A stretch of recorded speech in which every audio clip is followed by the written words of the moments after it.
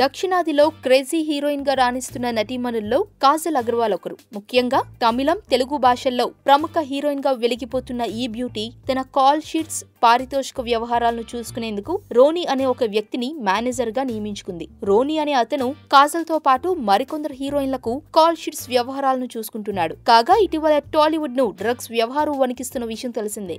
ఈ నేపథ్యంలో తన ఇంట్లో మాదక ద్రవ్యాలతో సహా పోలీసులకు పట్టుబడి జైలు ఊసులు లెక్కిస్తున్నాడు కాజల్ అగర్వాల్ మేనేజర్. అయితే అతని విషయంలో స్పందించిన కాజల్ అతను తనకు మేనేజర్ మాత్రమేనని, అతని వ్యక్తిగత విషయాల గురించి తనకు తెలియదని ఎస్కేప్ అయ్యారు. అయితే కాజల్ ఇకపై తానెవరిని మేనేజర్ గా నియమించుకోనని స్పష్టం చేశారు. తనకు తానే మేనేజర్ గా మారనున్నట్లు చెప్పారు. ఇకపై కథలు, పారితోషికం వంటి విషయాలను తానే చూసుకుంటానని కాజల్ వెల్లడించారు.